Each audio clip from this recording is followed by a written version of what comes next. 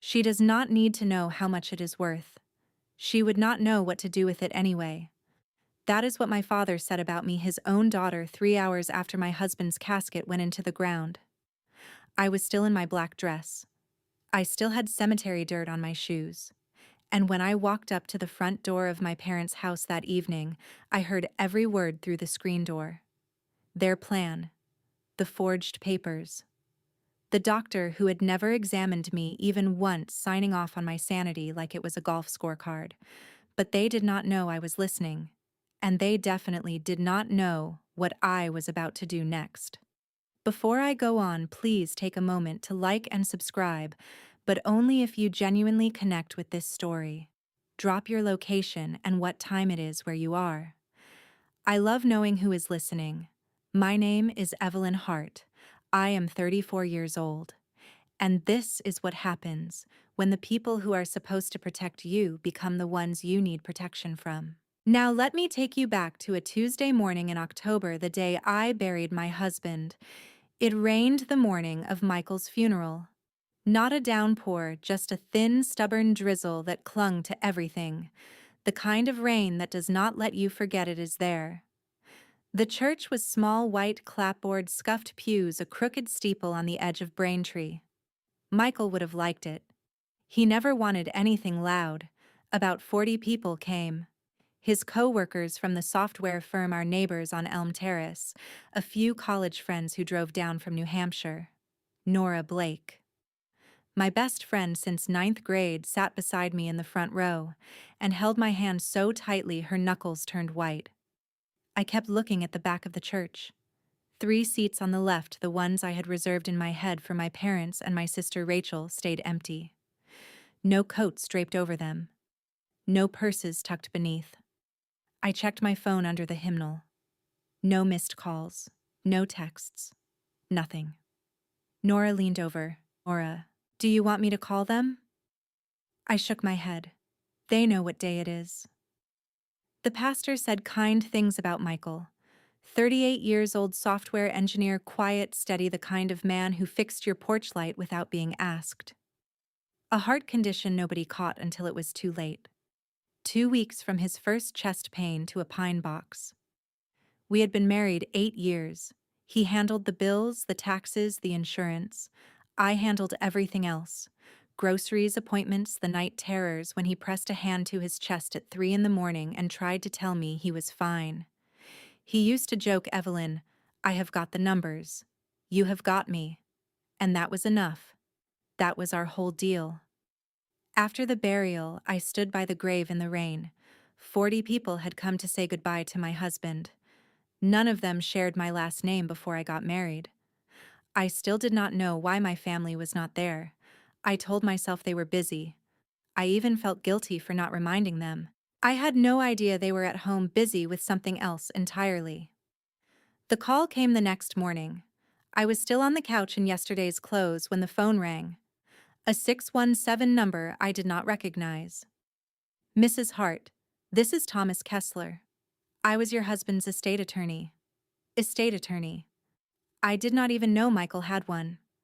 I would like to meet with you today if possible. There are documents that require your attention. I drove to a brownstone office near Copley Square. Brass nameplate, tall windows, the kind of place Michael would have walked past without blinking because he never cared about appearances. Kessler was in his early 50s, gray at the temples, reading glasses on a chain. He offered me water and got straight to it. Your husband executed a will 18 months ago. He named you sole beneficiary. He opened a folder and slid 3 property summaries across the desk. 3 rental apartments in the greater Boston area, Dorchester, Somerville, Cambridge. Combined market value approximately $2.4 million, and 1 residential property on the shore in Cape Cod, valued at roughly $1.5 million. I read the numbers twice, then a third time. Michael owned all of these, free and clear, no mortgages. The rental units generated steady income. Everything transferred to me. I sat there with my mouth open, trying to reconcile the man who drove a 10-year-old Subaru with the man who apparently owned nearly $4 million in real estate. Kessler studied me for a moment, then he pulled a business card from his breast pocket and placed it on top of the folder. Mrs. Hart, your husband prepared very carefully. He wanted you to be safe. He paused. If anyone at all pressures you about these assets, call me before you sign a single thing. It was a strange thing to say. I thanked him and slipped the card into my coat pocket.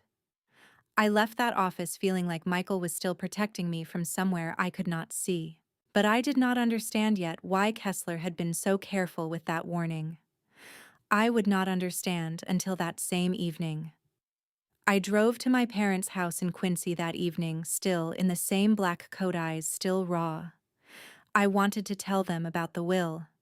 I wanted to sit at the kitchen table where I grew up and hear my mother say something soft. Something like, "It is going to be okay, sweetheart." The porch light was on. I parked behind my father's truck and walked up the front steps. The screen door was latched, but the inner door was cracked open the way my mother always left it when the house got warm from cooking. I reached for the handle. Then I heard my name.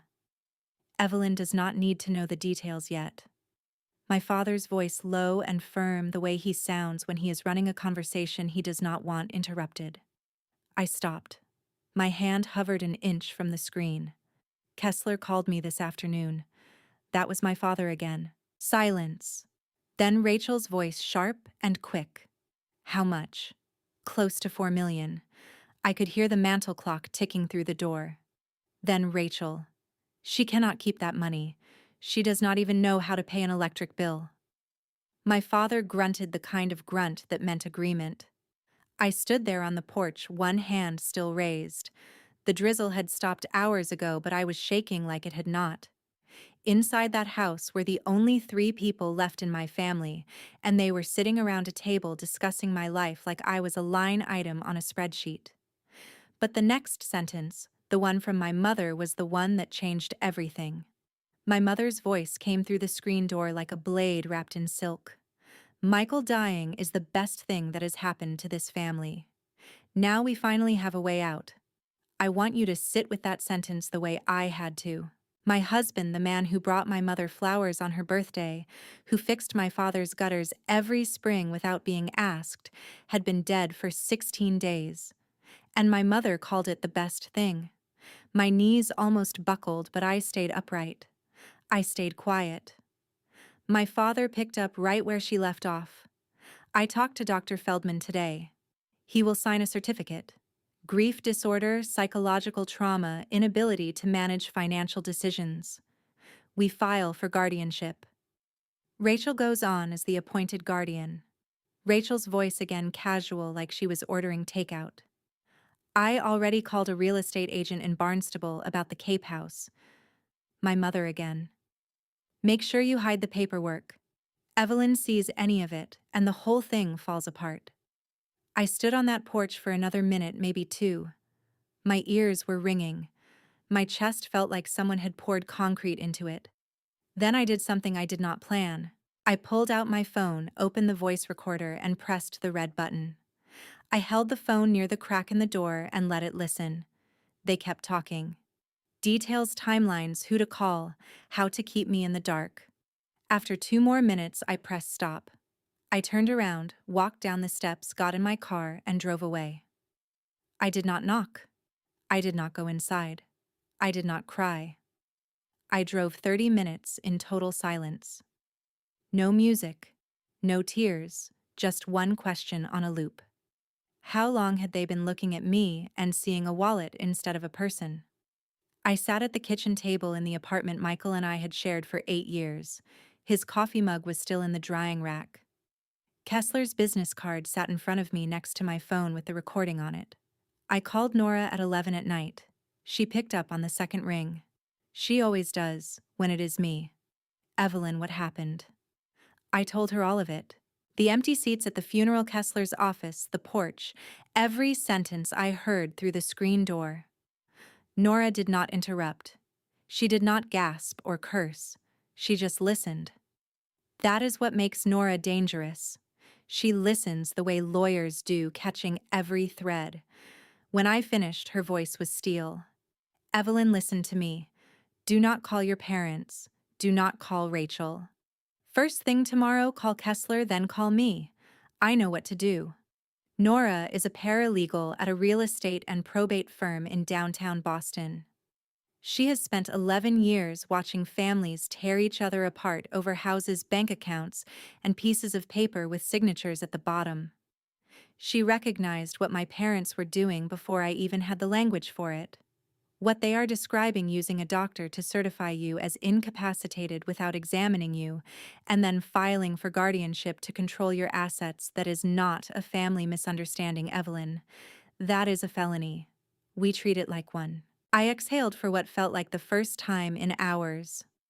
There is someone at the Norfolk County District Attorney's office I have worked with before, she continued.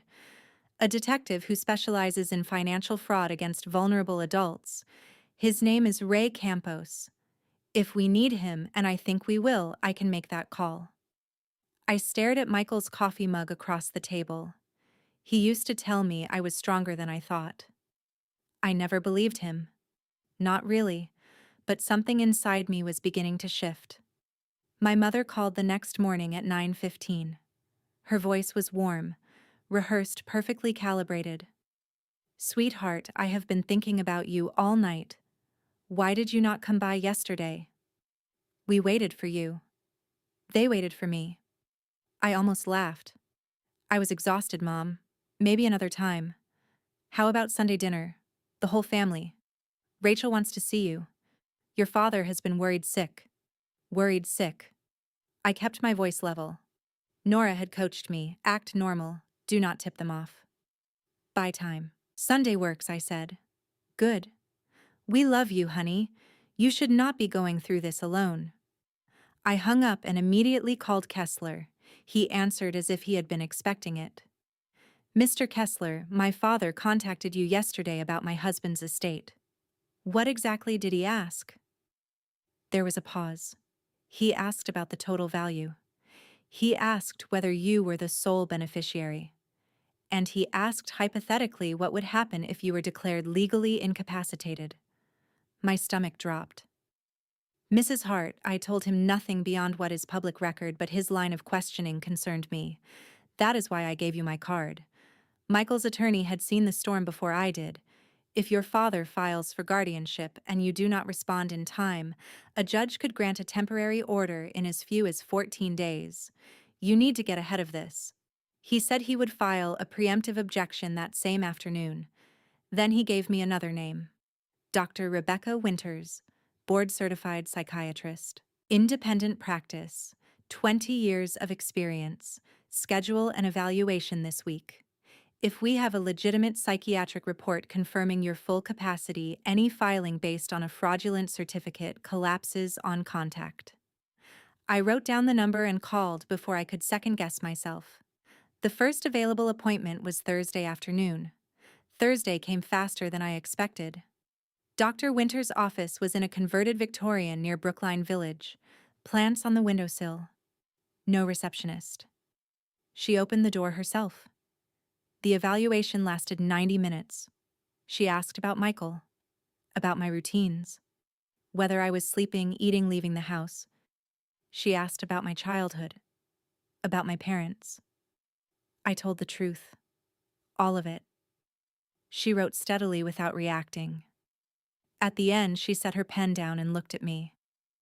Mrs. Hart, you are grieving. That is human. It is not a disability. There is no indication of diminished cognitive function or inability to manage your affairs. None. She signed the report, stamped it, and handed me the original in a sealed envelope. Keep this somewhere safe.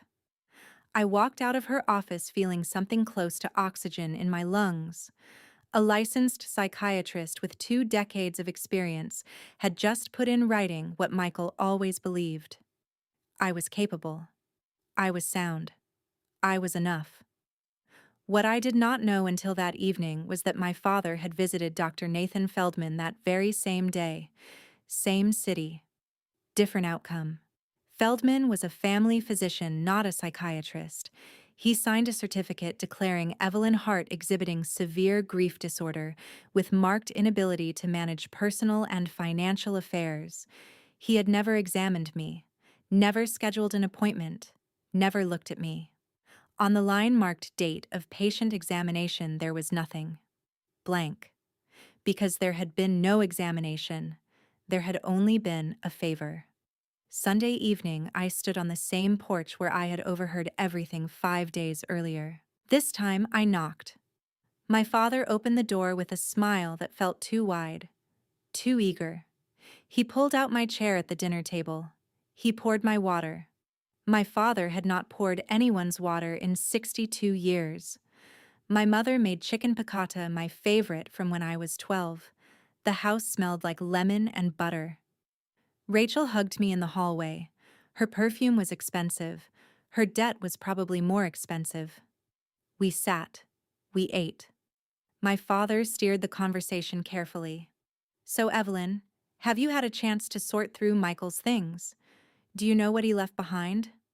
The lawyer is handling it, I said. I do not really understand most of it yet. A look passed between them. Quick. Subtle. My father leaned forward.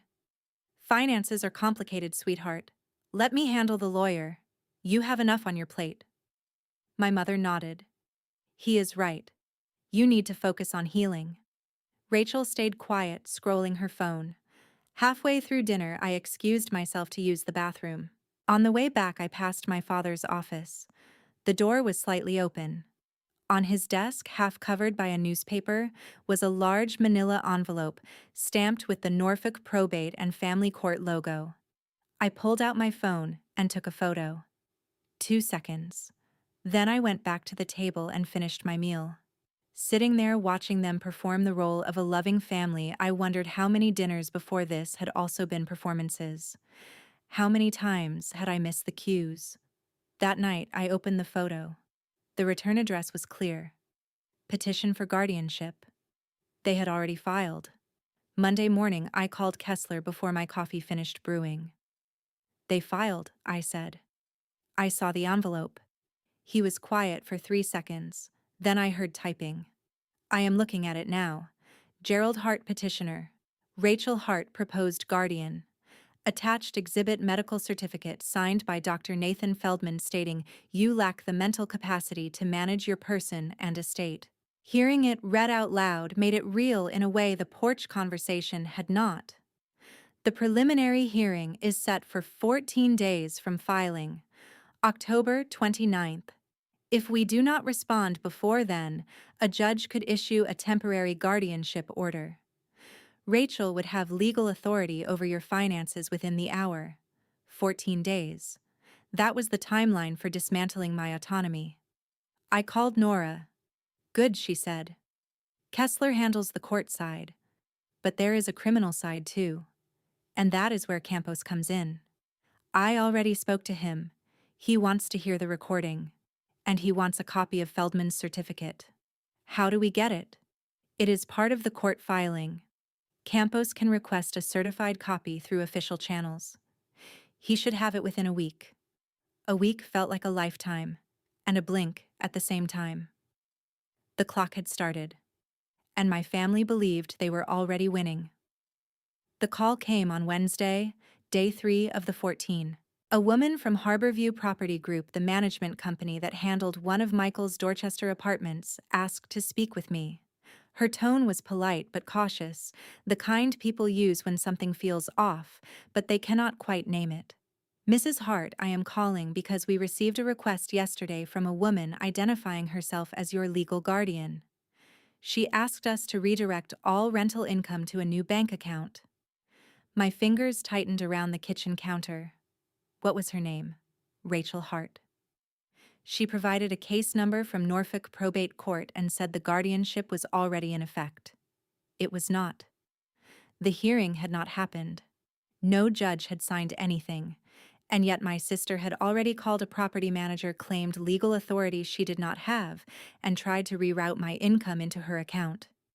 I thanked the woman and told her to freeze everything until she heard directly from my attorney. She agreed. I called Kessler immediately. Within an hour, he sent a formal notice to Harborview clarifying that no guardianship existed and that any attempt to interfere with my accounts would be treated as fraud. He copied Detective Campos. "This is important," Kessler said. "Your sister represented herself as a court-appointed guardian to a financial entity. That is not a misunderstanding. That is identity fraud." Nora texted me that night. "Rachel just handed us another charge on a silver platter." The next afternoon, my father showed up at my apartment unannounced.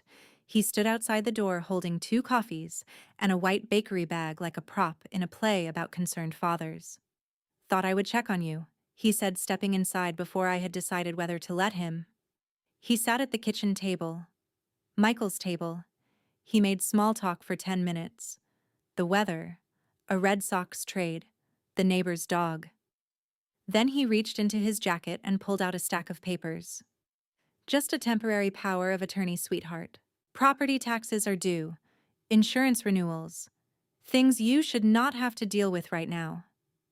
He slid the document across the table with a blue pen placed neatly on top. The header read, "Durable General Power of Attorney. General. Not limited. Not temporary."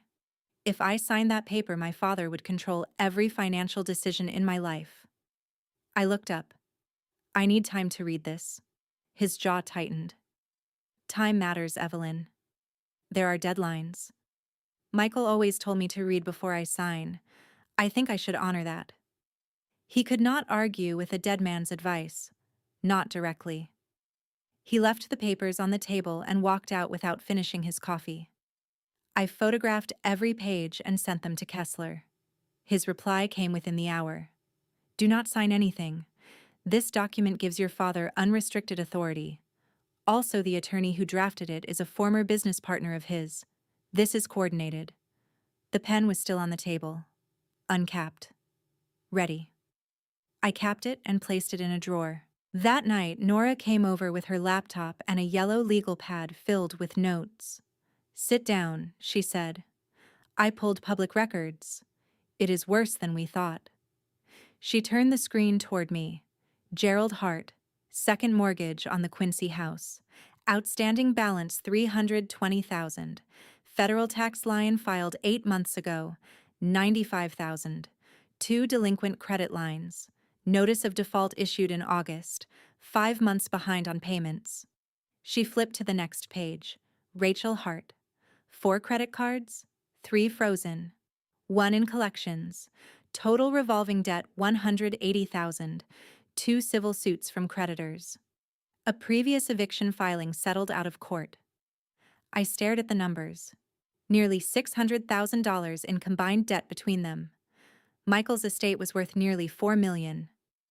The math did not require a calculator. I was not their concern. I was their solution.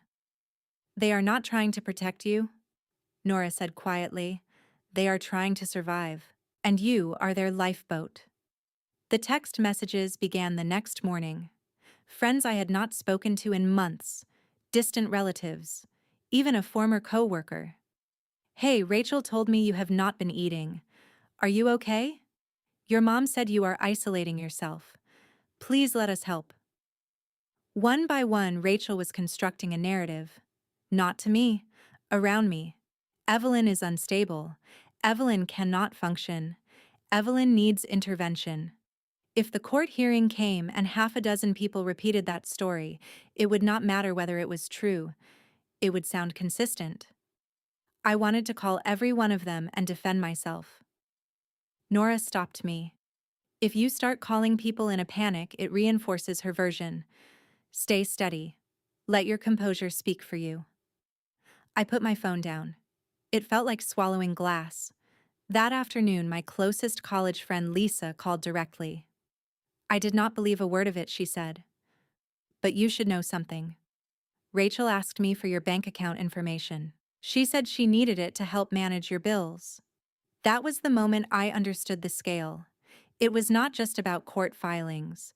It was about isolating me socially, financially, emotionally. If she could convince enough people I was unstable, then any resistance from me would look like proof of the claim. Day 8. Nora drove me to meet Detective Ray Campos at a satellite office in Canton. He was calm, deliberate, the kind of man who asked questions without filling silence. "Walk me through it from the beginning," he said. I told him everything. The funeral, the porch, the recording, Feldman, the power of attorney, Harbor View, the texts. When I finished, he said, "Play the recording." My father's voice filled the small room. My mother's, Rachel's, the planning, the language, the intent. Campos listened without interrupting. When it ended, he closed his notebook.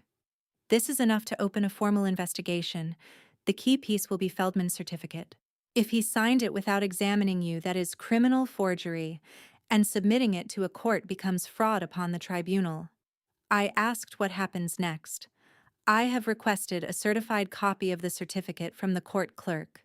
Once I confirm no examination occurred, I can pursue a warrant. Do not confront them. Let them believe their plan is intact." The clock continued ticking. 14 days. My family believed they were methodically stripping away my autonomy.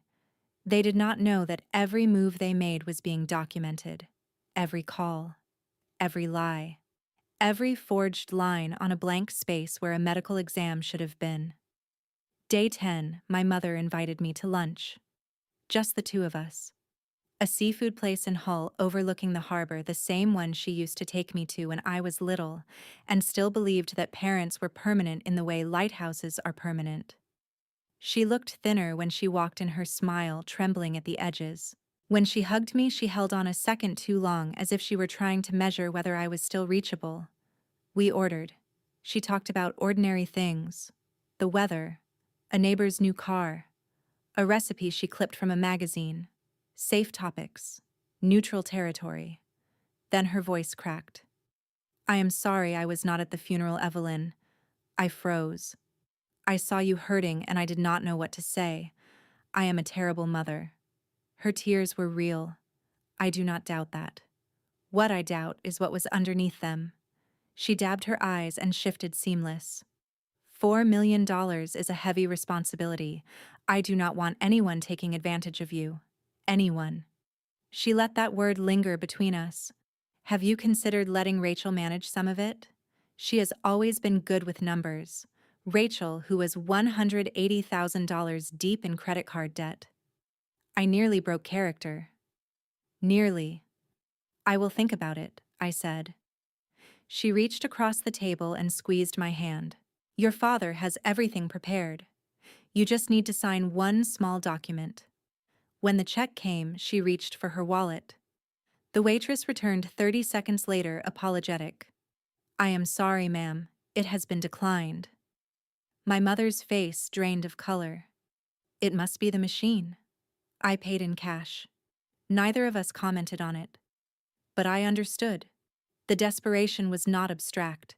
It was sitting across from me, embarrassed, exposed, and still trying to secure my signature. Day 12.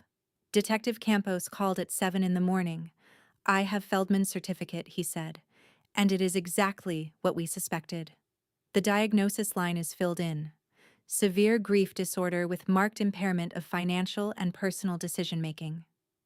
The signature is there, but the date of patient examination field is blank.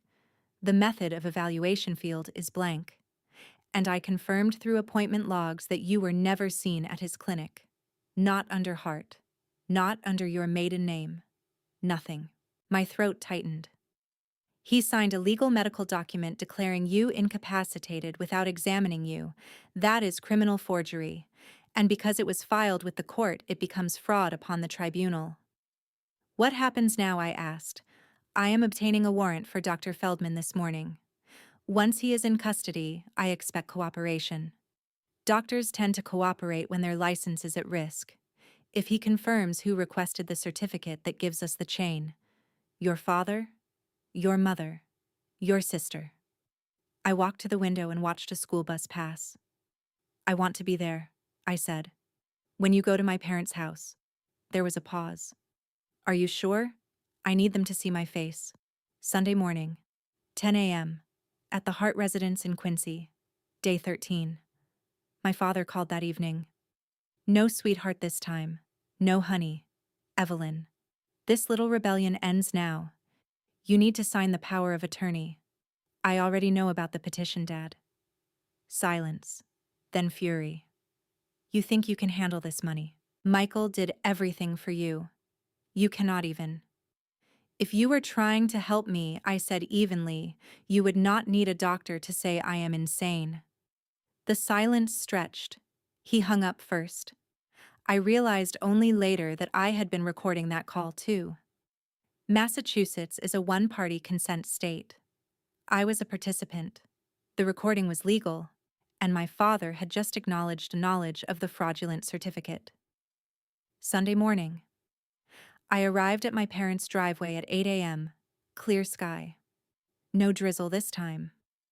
I sat in the car for 2 full minutes breathing. Then I stepped out. Black coat, hair pulled back. No makeup. Michael's letter in my pocket. I knocked. My father opened the door in flannel and slippers. What are you doing here this early? I need to talk to everyone, before this goes further. He studied my face and stepped aside. The house smelled like stale coffee. My mother stood at the counter, Rachel on the couch scrolling her phone. I sat in the armchair I used to sit in as a child watching cartoons. Now I was watching 3 adults who had conspired to erase my legal identity. Tell me the plan, I said. Tell me what you think is best for me. My father straightened his shoulders. This is about protecting you. You are grieving. $4 million is complicated. We are family. We handle things together. When was the last time you saw Dr. Feldman, Dad? His expression froze. And then the doorbell rang. He looked at me. I did not look away. The bell rang again. He opened the door. Detective Ray Campos stood there with his badge visible. Behind him, Thomas Kessler. And Nora. May we come in, Mr. Hart? My father stepped back. Inside, Campos spoke calmly. I am here regarding the guardianship petition filed against your daughter. When a medical certificate attached to that petition is fraudulent, it becomes a criminal matter. He held up a copy of Feldman's certificate. Dr. Feldman was taken into custody this morning. He has been cooperative. The word cooperative changed the air in the room. My father's face drained of color. Dr. Feldman states you personally requested he sign a certificate of incapacity without examining your daughter. He states Mrs. Hart provided diagnostic language, and he states Rachel Hart was aware of and participated in the plan. My mother made a sound I had never heard before. Rachel stood abruptly. I did not know about the doctor. This was Dad's idea. They turned on each other within seconds. Accusations, deflections, desperation. I stood up. I heard everything I said, the night after Michael's funeral. I stood outside that door and recorded it. I heard you say his death was the best thing that happened to this family. My mother's face collapsed inward. I did not mean. You said it, I replied quietly. Word for word. And I have it recorded. Silence settled over the room like dust after a collapse. I am not here for revenge. I am here because I know. And I choose not to forgive. 2 uniformed officers entered. Gerald Hart, you are under arrest for fraud upon the court, criminal forgery, and conspiracy to misappropriate assets through fraudulent guardianship. My father looked at me not angry, almost confused. You cannot do this to your father. I did not respond. My mother was placed in cuffs next, Rachel after her. Across the street, neighbors watched. A mail carrier slowed. The front door closed behind them. The living room was quiet except for the ticking clock. Nora placed a hand on my shoulder. No one spoke. The broken ceramic mug lay shattered on the kitchen tile. It felt symbolic, something fractured beyond repair. As we walked out, I did not look back at the hallway where childhood photos still hung on the wall. Some structures once exposed cannot be restored. Helen drove me home that morning. I sat in the passenger seat with my hands folded in my lap, watching the road blur past without really seeing it. For 15 minutes, neither of us spoke. The world outside the windshield moved normally. Traffic lights changed. People crossed streets. Someone jogged with a golden retriever. It felt obscene that everything else continued as if nothing had happened inside that living room. Finally, I said it out loud. I just sent my parents to jail. Helen kept her eyes on the road. No, she said gently. They sent themselves. I leaned my head against the window. The glass was cool against my skin. When I was 6, my dad taught me to ride a bike in that driveway. He held the back of the seat and ran beside me until I found my balance. He was laughing. I remember the sound of it. Same hands, I whispered.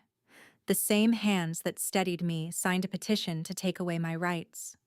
Helen did not offer platitudes. She reached over and squeezed my arm once, then focused back on the traffic. When we pulled up to my apartment, she turned off the engine and looked at me. You do not have to be strong tonight. You already were. If you fall apart, it will not undo anything. I nodded, but what I felt was not collapse. It was exhaustion layered over something steadier than I expected. 2 weeks later, Kessler called with the full legal update. Gerald Hart was formally indicted on 3 counts: fraud upon the court, criminal forgery, conspiracy to misappropriate assets through fraudulent guardianship. Bail was set at $50,000. Donna Hart was charged with conspiracy and accessory to fraud, released under conditions including a strict no-contact order with me. Rachel Hart was charged with identity fraud and attempted theft by deception. Her passport surrendered, travel restricted. Dr. Nathan Feldman had his medical license suspended pending investigation and was charged with criminal forgery. He was cooperating. The guardianship petition was dismissed with prejudice. The judge's written order referenced clear evidence of fraudulent medical certification and called the filing an abuse of the guardianship process. I was confirmed as sole legal owner of all 4 properties. No oversight, no guardian, no conditions, just me. After I hung up with Kessler, I sat at the kitchen table for a long time, not crying, not celebrating, just sitting in the kind of silence that does not threaten you anymore, a silence that belongs to you. 3 weeks later, my phone rang from an unfamiliar number. I almost ignored it. Patricia, my mother's voice came through fragile and small. I know I am not supposed to call. Just 30 seconds. Your father is going to lose the house. The bank will not extend the loan. I do not know where I am going to live. I stood at the window watching the branches move against a gray sky. You are violating a court order by calling me Mom. I know. I am sorry. I am sorry for all of it. We were desperate. You were desperate, I said. So you tried to have me declared mentally incompetent.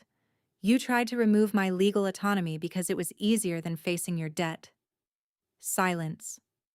I do not hate you, I said finally. But I do not trust you. And I will not let you close enough to make me question my own mind again. I hung up. Then I called Kessler to report the violation. It did not feel triumphant. It felt necessary. Over the next week, I sent short emails to the friends and relatives Rachel had contacted.